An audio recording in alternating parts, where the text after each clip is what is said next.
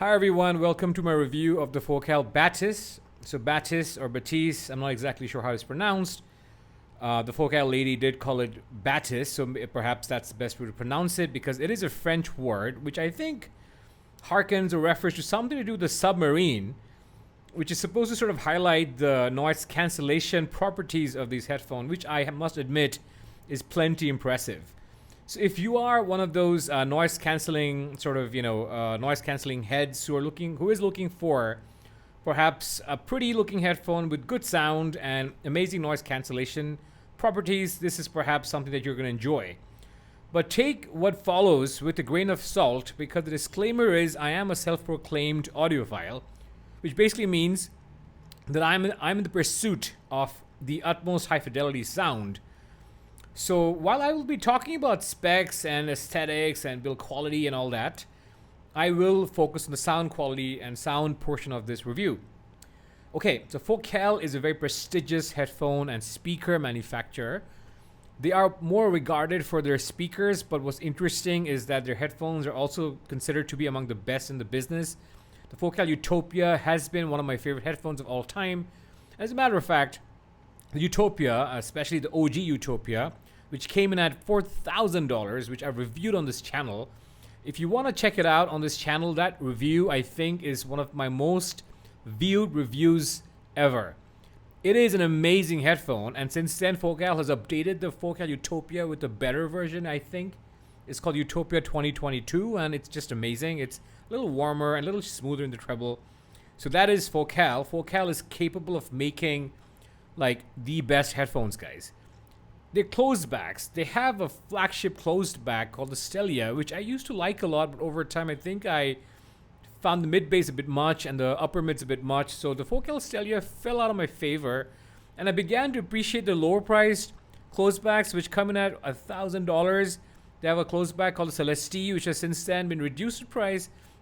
Celestia, I think nowadays can be had for as less as $800, and they have another headphone called Focal Radiance, which is a collab with Bentley Motors, which is a beautiful headphone, and that I think is now at $1,200, and those headphones are phenomenal, I think, for the price. Okay, so Focal knows how to make headphones. It's not just speakers that they're good at making. So then they've made this, and they retained a lot of the Focal aesthetics from their closed backs. These circular patterns, these grooves that are radiating outwards, is very Focal Stelia and Focal Celestia, and it looks nice. It's made of the pads are leather, and they're very plush, very luxurious, which also means that this will fit different people differently. So if you have a large head, and I think I have a pretty large head because a lot of reviewers have found this headphone to be not very clampy. I beg to differ. I found this headphone very clampy, guys, and it's not a brand new headphone. This is a loaner from a friend of mine. Shout out to Urfi Bhai. In any case, this headphone is very clampy for me, and I felt that the clamp will have an effect on how you perceive bass. So that's that. This is fairly comfortable and plush. This is leather, of course, and this is magnesium. So there's a whole lot of aluminum magnesium going on. The drivers are aluminum magnesium 40mm drivers that Focal has used in previous headphones, especially the Celestia. But it's a lighter headphone than a lot of their closed backs, and that makes sense because it is meant to be worn and used when you are being nomadic, to use the term that the Focal rep was using. He was using the word nomad quite often in her review, so I thought I would pick it up. So this is backlit like you just saw, and you can dim it if you want to. The Focal rep was saying that this looks very elegant, and I think she was using the word refined, but that's subjective what refinement is. If this is too noisy or loud for you in how bright it is, because it can get bright, I am in a pretty brightly lit room. So if this bothers you, you can tone it down using the app that's provided, and you can even switch it off. The Focal logo on its own is pretty cool, I think. The color aesthetics are pretty cool. This sort of palette of gray and black, I think, is pretty cool. But it is a loud headphone in many ways in terms of its aesthetics. It's going to stand out. So if you wear this in the office, you are going to attract a lot of compliments and people coming up to you and asking you, at least in my case, and in my friend's case, people will come up to you and ask you how much this cost you. So that's that. If you want to deal with that, then that's your call. It's not a very nondescript, subtle looking headphone, so that's for sure. I talked about the lighting, and the app is pretty nifty, so you download a Focal Naim app, and the app is nifty. It has a 5-band equalizer, which you can use to tweak the sound. In terms of other specs, you can play this. You can play up to 24-bit 192 kilohertz resolution. The drivers are made in France, I'm sorry. And they're pretty high quality, of course. And Focal has had cases of driver failures with their open back headphones, but not so much their closed backs. And this has not yet reported driver failure issues. So that's worth keeping in mind. I've talked about the backlit system. So this has a USB DAC mode, which is essentially access through a Type-C cable that plugs in here. And you just go to DAC mode like this, and then you can use it. You can bypass the DAC of your, let's say, computer or phone and use a built-in DAC, and you connect via 2 USB-ended cables, so USB on both sides, and you get slightly better quality sound than you would get on ANC, in case that matters to you. So I talked about the 40mm dynamic driver. It's a patented aluminum magnesium M-shaped dome driver, which to my knowledge is adapted from the speakers. And I'll talk about how the speaker sound signature carries on to this headphone when I talk about sound. But I do want to cover a bit more about specs, because a lot of you who want to buy this sort of headphone, I think, do tend to care a lot about specs. Okay, this has Bluetooth 5.1, a 30-hour battery life when using Bluetooth and active ANC or ANC, and that's pretty impressive, guys. In terms of Bluetooth codecs, you can use SBC, AAC with your Apple devices, aptX, aptX Adaptive, and so forth. I talked about getting up to 24 bits 192 kilohertz using the USB DAC mode. Focal calls it for uncompromising listening, and of course it's not uncompromising. It doesn't sound as great as my audiophile headphones or my open backs or even my audiophile closed backs. Like, I don't consider this an audiophile headphone completely, and I'll come to that when I talk about sound.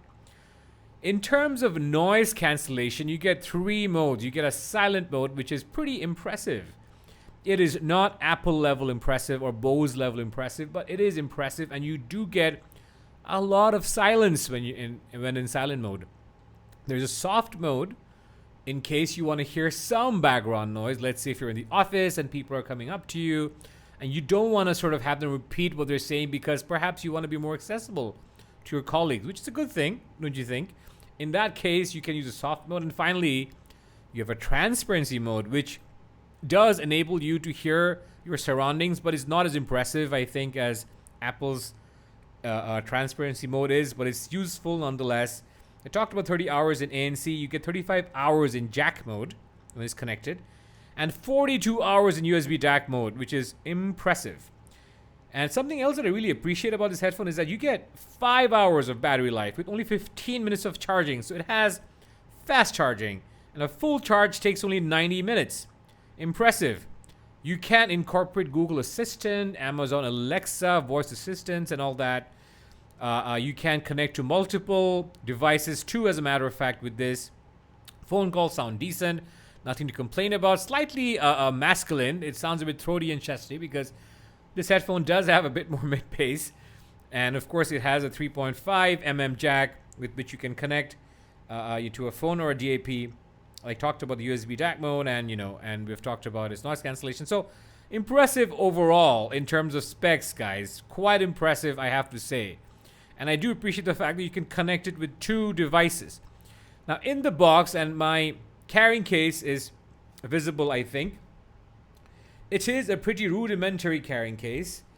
It's a fabric case, but it's a hard fabric case. You have a nice sort of Focal logo going on, which I think is a nice touch. This sort of subtleness is pretty cool.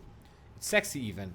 And it's, the phones do fold, and you can put it, the cup swivel, and you can put it here. It's a pretty flat carrying case, so you can put it in your backpack and becomes rather mobile for nomadic purposes. Again, I like the word nomadic as used by the Focal rep. So yeah, that's what it is. Anyway, so talk about sound, guys. It's a bassy headphone. It's a very bassy headphone. It's slammy. I mean, Focal headphones do tend to have a lot of slam and punch and all that stuff. So it does have a lot of slam. It does have a lot of punch. However, it's not the traditional slam and punch of Focal closed back like the Radiance or like the Celeste. This is a very ANC type of a slam and punch, and I'll explain what I mean by that. The bass to me is like a loose cannon. So it fires at will, it fires at, it fires perhaps when you don't want it to, meaning the bass is very present. It's there even when you perhaps don't want the bass to be there. It's so elevated and it's very full. So you have the spectrum of sub bass to mid bass. It doesn't sound muddy, but it sounds loose. It sounds like a loose cannon to me, and it doesn't sound tight. It's well extended, but I don't get that sort of, visceral impact. I get a lot of frothy bass. Again, it's not muddy because the upper mids have presence, and that's beautiful. The upper mids have pinna gain, which is wonderful. And it's wonderful also because it is able to achieve clarity without succumbing to that obnoxious target that is Harman. So it doesn't have the most protruding pinna gain. However, it has enough pinna gain so you get clarity in vocals, which I like. Treble is not smooth. It is present. It is like Focal headphones, but it's a bit jaggedy in some cases. So you do sometimes get some shrillness, some aliveness. Like I was playing this Machine Head track, Circle the Drain, and on certain gear, that track can be somewhat shrill and strident because, it's meant to be somewhat shrill and strident, I think. And this definitely reflects that shrillness, that stridentness in the treble. It is an articulate treble, and I don't mind that shrillness often, but, on days when I've had little sleep, it does bother me. I'm not someone who's treble sensitive, I must say. However, this was a bit trebly for me. I'm not going to call it bright, because overall it's warm leaning. Overall, it's more mid-bassy. It's a bit punchy. It's warm. And vocals will sound chesty and throaty, like I was playing a lot of Eddie Vedder tracks, and he sounded very chesty. I did like a lot of female vocals with this. I tried a whole bunch of female vocal tracks from jazz to other pop artists like Taylor Swift and jazz artists like Norah Jones, and female vocals do sound magnificent, which is a hallmark of a lot of Focal headphones because they do have some treble energy, especially in around lower to mid treble. So that's there. In terms of technical performance, it is not audiophile class. I do not understand why people says detailed. It is not that detailed. Yes, it is detailed compared to, an Apple AirPods Max. But let's say if you were to bring in a similarly priced IM, this goes for $800, by the way. But currently it is being sold for $700.